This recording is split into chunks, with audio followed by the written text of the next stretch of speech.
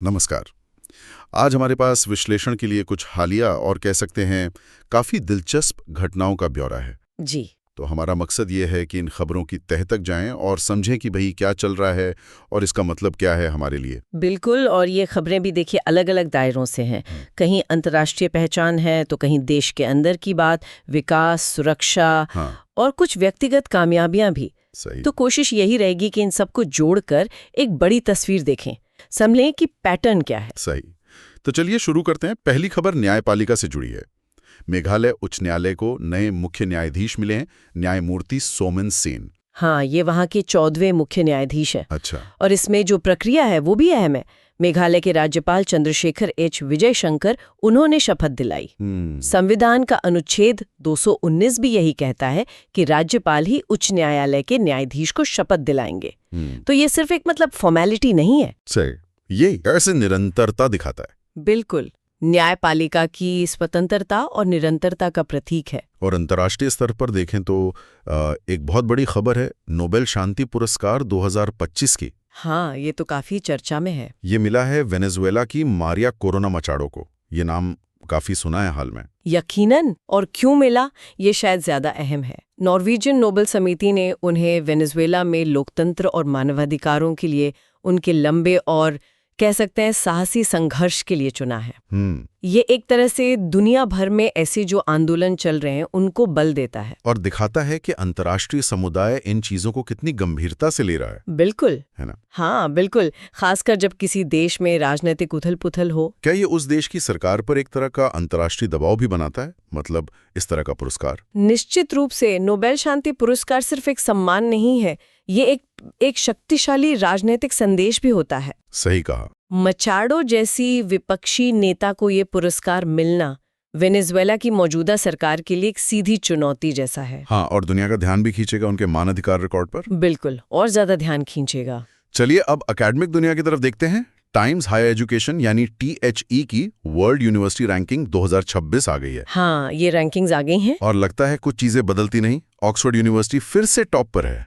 लगातार 10वीं बार। हाँ, लगातार 10वीं बार। ऑक्सफोर्ड की ये जो बादशाहत है वो वाकई कमाल है। उनकी अकादमिक उत्कृष्टता का प्रमाण है ये। लेकिन यहाँ भारत के लिए भी एक महत्वपूर्ण बात है। ISC बैंगलोर यानी भारतीय विज्ञान संस्थान जी। वो फिर से भारत का नंबर 1 संस्थान बना है। ये अच्छी खबर है। अच्छी खबर है, पर साथ ही ये भी दिखाता है कि दुनिया के टॉप 10 ऑक्सफोर्ड, MIT और प्रिंसटन उनकी बराबरी करने में अभी हमें काफी लंबा रास्ता तय करना है। हाँ, वो गैप अभी भी है। ये रैंकिंग सिर्फ एक लिस्ट नहीं है, ये वैश्विक ज्ञान अर्थव्यवस्था में देशों की स्थिति का एक आईना भी है, देखा जाए तो। सही कहा। अच्छा, भारत के लिए एक और गौरव का पल रहा मिस यूनिवर्स 2005 में। हाँ, शेरी सिंह पहली भारतीय बनी जिन्होंने ये ताज जीता। ये फिलीपींस के मनीला में हुआ था, 48वां संस्करण था। ये सचमुच खास है। पहली बार किसी भारतीय का जीतना, ये सिर्फ सौंदर्य प्रतियोगिता नहीं है। नहीं, बिल्कुल नहीं। ये वैश्विक मंच पर भारत की उपस्थिति और आप कह सकती हैं भारतीय महिलाओं की जो आत्मविश्वास भरी छवि है उसका भी प्रतीक है। बिल्कुल। अच्छा, अब एक बहुत ही अनोखी पहल पर बात करते हैं। पलाव में दुनिया का पहला लाइव अंडर वाटर इंटरव्यू। हाँ, ये सुनने में ही कितना अजीब लगता है ना? लेकिन इसके पीछे का मकसद बड़ा गंभीर है। प्रशांत महासागर का ये छोटा सा द्वीपीय देश है पलाव, और वो अपने समुद्री पर्यावरण को बचाने के लिए काफी जूझ रहा है। तो उन्होंने महासागर संरक्षण पर ध्यान खींचने का ये एकदम नया तरीका निकाला। अच्छा, किसने किया ये इंटरव्यू? पलाव के राष्ट्रपति सुरिंगेल विप्स जूनियर और एस्टोनिया के एक ओलंपिक तैराक हैं मेरले लिवांट। उन्होंने सचमुच पानी के नीचे ये इंटरव्यू किया। कमाल है। ये दिखाता है कि जरूरी संदेश देने के लिए कितनी क्रिएटिविटी अपनाई जा सकती है। पर्यावरण जैसे मुद्दों पर बात करने के लिए अब पारंपरिक तरीकों से हटकर सोचना पड़ रहा है। बिल्कुल, जब तक आप कुछ अलग नहीं करेंगे शायद लोगों का ध्यान खींचना मुश्किल होता जा रहा है। सही बात है। ये क्लाइमेट चेंज कम्युनिकेशन का एक बहुत दिलचस्प उदाहरण है। अच्छा, 11 अक्टूबर को 2 अहम अंतर्राष्ट्रीय दिवस भी मनाए गए। पहला था अंतर्राष्ट्रीय बालिका दिवस। हाँ, और इसकी थीम भी इस बार बहुत सोचने वाली थी। मैं लड़की हूँ, मैं बदलाव का नेतृत्व करती हूँ, संकट के अग्रिम पंक्ति में लड़कियां। ये तो काफी पावरफुल थीम है। बहुत। ये सिर्फ लड़कियों के अधिकार या शिक्षा की बात नहीं करती, बल्कि मुश्किल हालात में जैसे कोई आपदा आ जाए या संघर्ष हो, उसमें उनकी जो लीडरशिप क्षमता है उसको भी हाईलाइट करती है। ये दिन हमें याद दिलाता है कि लड़कियों को सशक्त बनाना सिर्फ सामाजिक न्याय का मामला नहीं है, बल्कि समाज की तरक्की के लिए बहुत जरूरी है। सही कहा। और दूसरा दिवस कौन सा था 11 अक्टूबर को? वो था विश्व प्रवासी पक्षी दिवस। वैसे ये साल में 2 बार मनाया जाता है। अच्छा। हाँ, मई और अक्टूबर के दूसरे शनिवार को। तो इस बार ये 11 अक्टूबर को पड़ा। ओके। इसे 2006 में UNEP यानी संयुक्त राष्ट्र पर्यावरण कार्यक्रम ने शुरू किया था। इसका मकसद क्या है? मकसद है उन लाखों पक्षियों और उनके जो रास्ते हैं, उनके आवास, उनको बचाने की जरूरत पर जोर देना। हाँ, माइग्रेशन। जी, ये हमारी बायोडाइवर्सिटी और इकोसिस्टम के स्वास्थ्य के लिए बहुत बहुत जरूरी है। बिल्कुल। चलिए अब थोड़ा भारत पर ध्यान केंद्रित करते हैं। ओडिशा से एक दिलचस्प पहल सामने आई है, ज्ञान यज्ञ मंडप।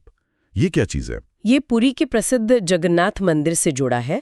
मंदिर के पास सदियों पुराने बहुत ही दुर्लभ अभिलेख और पांडुलिपियां हैं। अच्छा।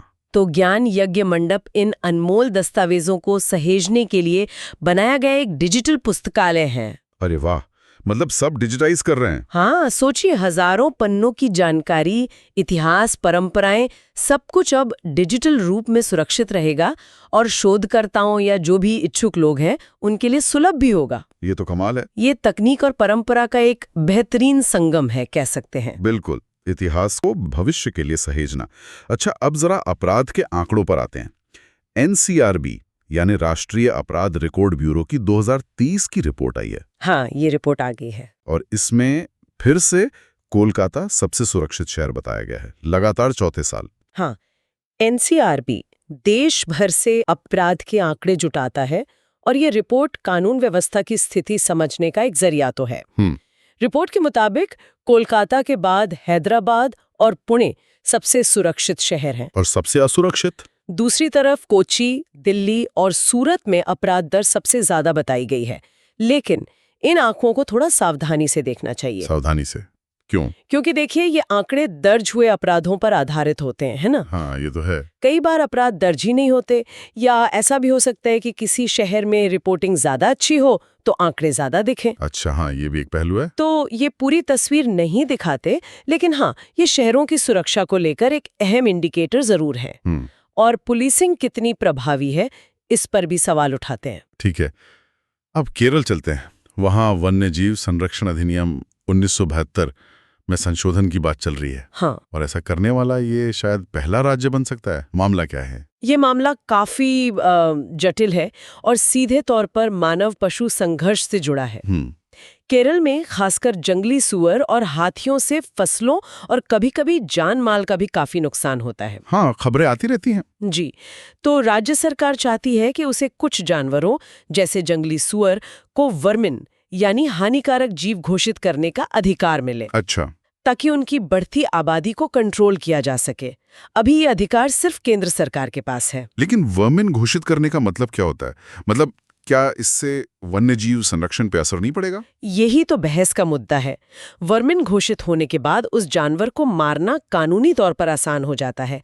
वन्यजीव संरक्षण कानून के तहत जो सुरक्षा मिलती है वो कम हो जाती है। केरल का तर्क है कि भाई स्थानीय स्तर पर समस्या गंभीर है और तुरंत समाधान चाहिए। लेकिन दूसरी तरफ पर्यावरणविद चिंता जताते हैं कि इससे जानवरों के अंधाधुंध शिकार का रास्ता खुल सकता है और इकोसिस्टम का संतुलन बिगड़ सकता है। भारत सरकार ग्रीन हाइड्रोजन को भविष्य के ईंधन के तौर पर बहुत गंभीरता से देख रही है। इसी मिशन के तहत देश के 3 बड़े बंदरगाहों, गुजरात में दीनदयाल पोर्ट, तमिलनाडु में VO चिदम्बनारार पोर्ट और ओडिशा में पारादीप पोर्ट, इनको ग्रीन हाइड्रोजन हब बनाने के लिए चुना गया है। ग्रीन हाइड्रोजन हब मतलब क्या होगा इन पोर्ट्स पर? मतलब ये कि इन बंदरगाहों पर ग्रीन हाइड्रोजन का उत्पादन, उसका भंडारण और उसे एक्सपोर्ट करने के लिए जो भी जरूरी इंफ्रास्ट्रक्चर चाहिए वो तैयार किया जाएगा। अच्छा। ये भारत को क्लीन एनर्जी के क्षेत्र में एक ग्लोबल लीडर बनाने और कार्बन उत्सर्जन कम करने की दिशा में एक वाकई बड़ा कदम है। और इन्हीं 3 बंदरगाहों को क्यों चुना गया होगा? कोई खास वजह? संभवतः इनकी जो स्ट्रेटेजिक लोकेशन है, जो मौजूदा इंफ्रास्ट्रक्चर है और रिन्यूएबल एनर्जी स्रोत जैसे सोलर या विंड एनर्जी, उन तक इनकी पहुंच, इन सब बातों को ध्यान में रखा गया होगा। हाँ, क्योंकि ग्रीन हाइड्रोजन बनाने के लिए बहुत क्लीन बिजली चाहिए होती है। बिल्कुल, बहुत ज्यादा। अच्छा, राष्ट्रीय महत्व के एक और कार्यक्रम की बात करते हैं। सरदार वल्लभ भाई पटेल की 150वीं जयंती। जी। इसे मनाने के लिए चंडीगढ़ में सरदार एट 150 एकता मार्च अभियान शुरू हुआ है। जी हाँ, पंजाब के राज्यपाल गुलाब चंद कटारिया ने इसे हरी झंडी दिखाई। ये कब तक चलेगा अभियान? ये अगले साल 31 अक्टूबर 2025 को सरदार पटेल की 150वीं जयंती तक चलेगा। मकसद बिल्कुल साफ है, देश को एक करने में सरदार पटेल का जो योगदान था उसको याद करना और राष्ट्रीय एकता के संदेश को और मजबूत करना। सही। गुजरात में भी एक बड़ा आयोजन हुआ है, पहला वाइब्रेंट गुजरात क्षेत्रीय सम्मेलन 2025। हाँ, ये मेहसाना में हुआ और इसमें पार्टनर देश भी थे, दक्षिण कोरिया, जापान, वियतनाम, नीदरलैंड्स। अच्छा। मुख्यमंत्री भूपेंद्र पटेल ने इसका उद्घाटन किया। देखिए, वाइब्रेंट गुजरात समिट तो पहले से ही राज्य में निवेश लाने का एक बड़ा मंच रहा है। हाँ, वो तो है। अब ये जो क्षेत्रीय सम्मेलन है, ये शायद राज्य के अलग अलग हिस्सों में विकास और निवेश को और बढ़ावा देने की कोशिश है। डिसेंट्रलाइज करने की कोशिश। अच्छा, किसानों के लिए भी एक महत्वपूर्ण डिजिटल पहल है ई-नाम पोर्टल। ये तो काफी समय से चल रहा है ना? जी। इसे 14 अप्रैल 2016 को कृषि और किसान कल्याण मंत्रालय ने लॉन्च किया था। ई-नाम मतलब इलेक्ट्रॉनिक नेशनल एग्रीकल्चर मार्केट। हाँ। ये असल में एक ऑनलाइन मंडी है, एक डिजिटल मंडी। ओके। जहां किसान अपनी उपज बेच सकते हैं और देश भर के खरीदार उसे खरीद सकते हैं। कोशिश यही है कि बिचौलियों को हटाया जाए, किसानों को बेहतर दाम मिले और पूरे कृषि बाजार में पारदर्शिता आए। ये डिजिटल इंडिया का खेती किसानी में एक अहम प्रयोग है। बिल्कुल। और प्रकृति प्रेमियों के लिए अच्छी खबर है, पश्चिमी घाट में पौधों की 4 नई प्रजातियां खोजी गई हैं। हाँ, ये कर्नाटक के धारवाड़ इलाके में मिली है। पश्चिमी घाट, जिसे सह्याद्री भी कहते हैं, वो तो आपको पता ही है, दुनिया के सबसे महत्वपूर्ण बायोडाइवर्सिटी हॉटस्पॉट्स में से एक है। हाँ, यूनेस्को वर्ल्ड हेरिटेज साइट भी है। जी, 2012 में से यूनेस्को ने विश्व धरोहर स्थल का दर्जा दिया था। तो नई प्रजातियों का मिलना ये दिखाता है कि इस क्षेत्र में अभी भी कितना कुछ खोजना बाकी है और इसे बचाना कितना जरूरी है। बिल्कुल, इसे संरक्षित रखना कितना ज्यादा जरूरी है। अच्छा, एक बड़ी जलविद्युत परियोजना भी चर्चा में है, सुबनसिरी अपर हाइड्रो इलेक्ट्रिक प्रोजेक्ट। हाँ, ये अरुणाचल प्रदेश में है। ब्रह्मपुत्र की सहायक नदी है सुबनसिरी, उस पर ये बन रही है। इसकी क्षमता कितनी है? क्षमता काफी ज्यादा बताई जा रही है, करीब 1800 मेगावाट। ओह, ये तो बहुत है। हाँ, तो एक तरफ ये देश की जो बढ़ती ऊर्जा जरूरतें हैं उन्हें पूरा करने में मददगार हो सकती है, खासकर नॉर्थ ईस्ट में। लेकिन दूसरी तरफ आपको पता है, बड़े बांध हमेशा से पर्यावरण पर असर और स्थानीय लोगों के विस्थापन जैसे सवालों के घेरे में रहते हैं। हाँ, वो चिंताएं तो रहती हैं। बिल्कुल, इस प्रोजेक्ट के साथ भी वो चिंताएं जुड़ी हुई हैं। ठीक है, अब थोड़ा रुक करते हैं अंतर्राष्ट्रीय सहयोग और सुरक्षा की ओर।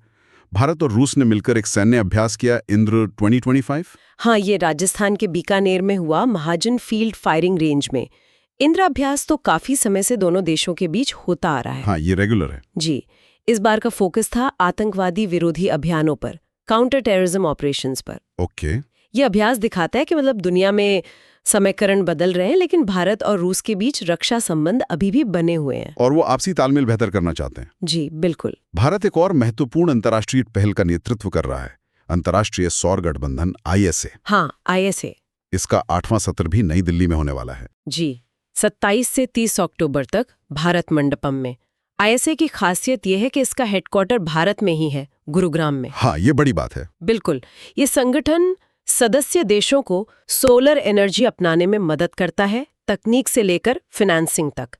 तो इसका सत्र भारत में होना ये दुनिया को एक तरह से संदेश देता है कि भारत रिन्यूएबल एनर्जी, खासकर सोलर एनर्जी को लेकर कितना गंभीर है और इस क्षेत्र में ग्लोबल लीडरशिप निभा रहा है। सही। और डिजिटल दुनिया के खतरों से निपटने के लिए भी अंतर्राष्ट्रीय सहयोग जरूरी है।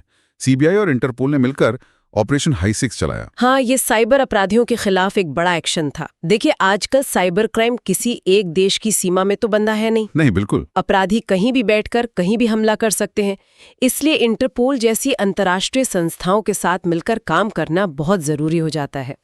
ऑपरेशन हाई-6 इसी तरह के इंटरनेशनल कॉपरेशन का एक उदाहरण है, ताकि साइबर स्पेस को ज्यादा सुरक्षित बनाया जा सके। बिल्कुल। चलिए अब कुछ नियुक्तियों और व्यक्तिगत उपलब्धियों पर आते हैं। Badminton star PV Sindhu. हाँ, उन्हें फिर से badminton world federation BWF athlete commission का सदस्य चुना गया है। जी, 2026 से 2029 तक के लिए। वो पहले भी 2017 से 2025 तक इस कमीशन में रह चुकी हैं। अच्छा, दोबारा चुनी गई हैं। हाँ, ये कमीशन क्या करता है कि खिलाड़ियों और BWF यानी बैडमिंटन की जो ग्लोबल बॉडी है उसके बीच एक पुल का काम करता है। खिलाड़ियों की आवाज मैनेजमेंट तक पहुंचाता है। तो सिंधु का दोबारा चुना जाना ये दिखाता है कि अंतर्राष्ट्रीय बैडमिंटन जगत में उनका कितना सम्मान है और वो खिलाड़ियों के हितों के लिए एक्टिव हैं। सही बात है। एक और बड़ी नियुक्ति हुई है, दीपिका पादुकोण को भारत की पहली मानसिक स्वास्थ्य राजदूत बनाया गया है। हाँ, ये एक बहुत अच्छी पहल है। ये पहल किसकी है? केंद्र सरकार की। ये केंद्रीय स्वास्थ्य मंत्रालय की पहल है और दीपिका पादुकोण खुद भी डिप्रेशन से अपने संघर्ष के बारे में खुलकर बात करती रही हैं। हाँ, उन्होंने काफी अवेयरनेस फैलाई है। बिल्कुल।